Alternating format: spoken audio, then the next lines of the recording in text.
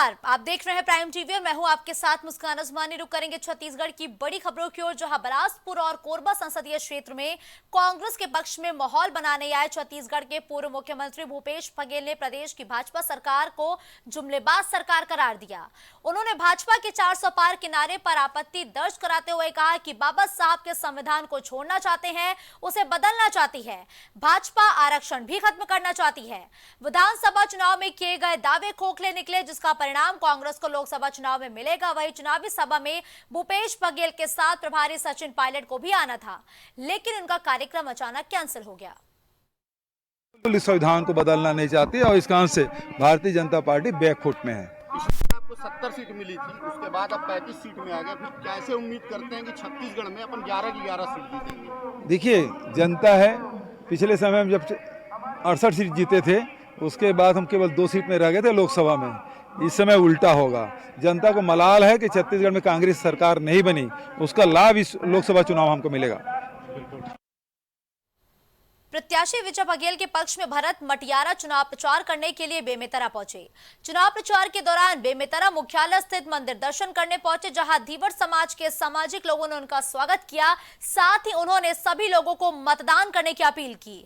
भरत मटियारा ने कहा कि फिर एक बार मोदी सरकार, देश में मोदी की गारंटी है जो चल रही है।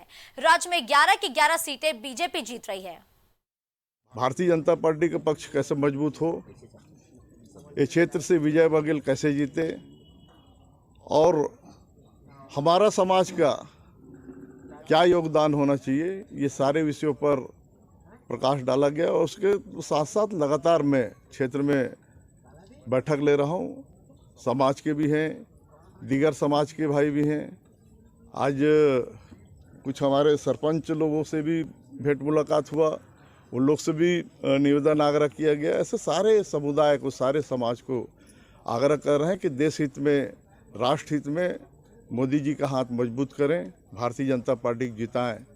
क्योंकि भारतीय जनता पार्टी ही ऐसी पार्टी है जो देश हित में, राष्ट्र हित में काम कर रही है और आम जनमानस के लिए तमाम प्रकार की योजना भारतीय जनता पार्टी के द्वारा चलाया जा रहा है। पिछले 70 साल से कांग्रेस की सरकार थी और 70 साल पहले जो स्थिति थी इन लोग की, आज भी वही स्थिति इनकी देखी जा रही है।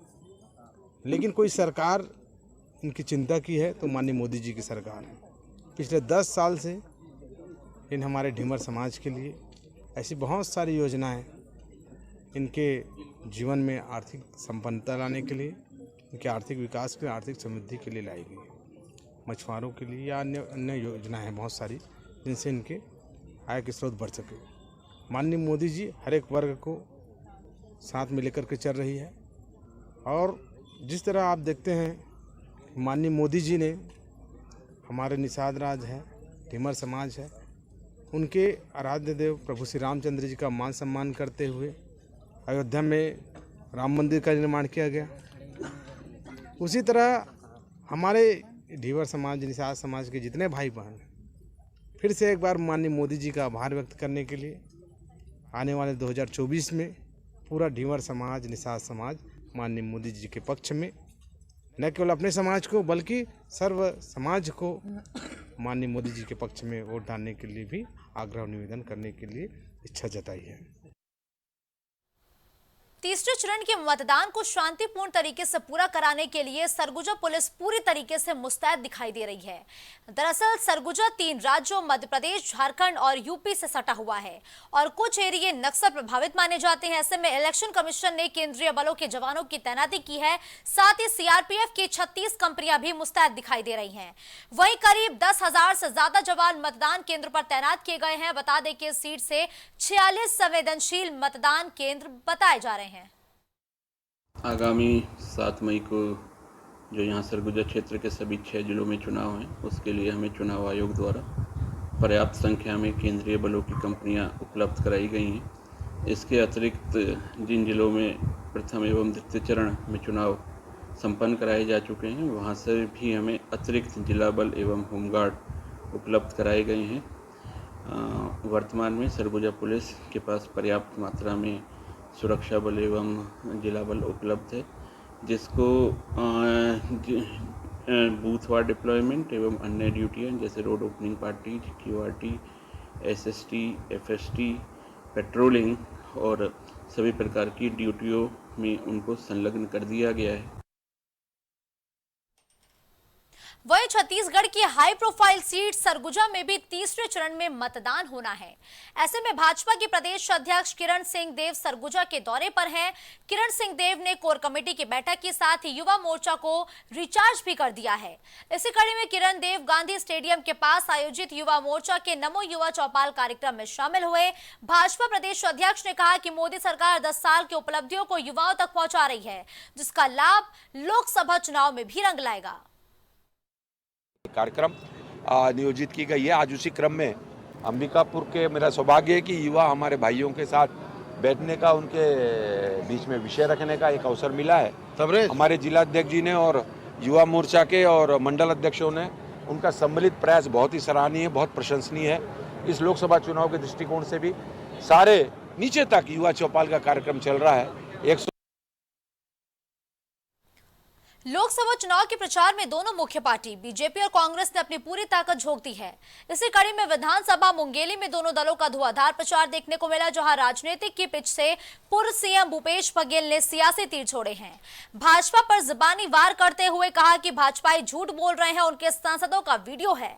दरअसल चुनावी सभा में बीजेपी और कांग्रेस के नेता लगातार आरक्षण मामले को लेकर बयानबाजी कर रहे हैं। कांग्रेस का आरोप है कि बीजेपी ने आरक्षण खत्म करने की बात कही है। दूसरी ओर बीजेपी और खुद सीएम विष्णुदेव साय ने कांग्रेस पर भ्रम फैलाने का आरोप लगाया है।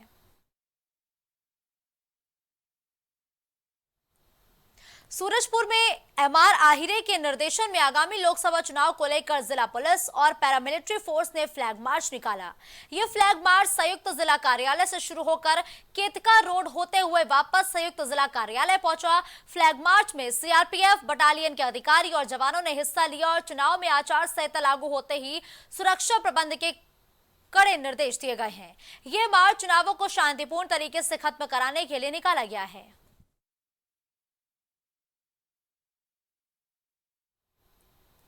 अंबिकापुर के मणिपुर पुलिस को 24 अप्रैल के दिन हुए महिला से चेन स्नैचिंग मामले में बड़ी सफलता हासिल हुई है। पुलिस ने चेन स्नैचिंग मामले में 2 आरोपी को जशपुर जिले के ग्राम दीवानपुर से गिरफ्तार किया है। वही आरोपियों द्वारा छीना गया सोने के चैन को गलाकर बनाया सिक्का, बाइक और एक कार को जब्त किया है। दरअसल भट्टी रोड निवासी पति पत्नी स्कूटी में सवार होकर ग्राम लक्ष्मीपुर पारिवारिक कार्यक्रम में जा रहे थे, तभी मेडिकल कॉलेज अस्पताल के पास बाइक पर सवार अज्ञात बदमाशों ने महिला के गले में पहने सोने की चेन को छीन लिया और फरार हो गए थे, जिसके बाद पुलिस ने मामले में सक्रियता दिखाते हुए ये कार्रवाई की है। खबर कोरबा से है, जहां छत के ऊपर चढ़कर बिजली के काम में सुधार करने के दौरान युवक की मौत हो गई है। आपको बता दें कि बाकी मोगरा क्षेत्र में गजरा चौक के पास मेडिकल स्टोर के छत पर चढ़कर बिजली का काम कर रहा था युवक। इस दौरान बिजली चालू होने से करंट की चपेट में आने से युवक की मौत हो गई है। खबरों का सिलसिला यूं ही जारी रहेगा। देश और दुनिया की बड़ी खबरों के लिए आप देखते रहिए प्राइम टीवी।